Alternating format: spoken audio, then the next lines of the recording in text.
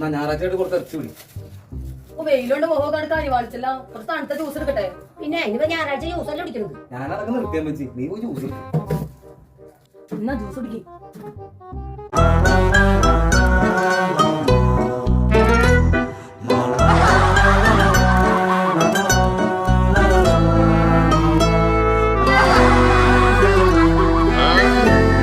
അമ്മച്ചി juice juice. ഇവനെന്താ juice കുടിച്ച് കിളി പോയാ? ഇത് ഇത്ര നേരമായിട്ട് കുടിച്ചു തീർന്നില്ലേ? നല്ല ടേസ്റ്റായ ആസ്വദിച്ച് കുടിക്കാണ്. നല്ല ടേസ്റ്റാ. ഞാൻ നോക്കട്ടെ.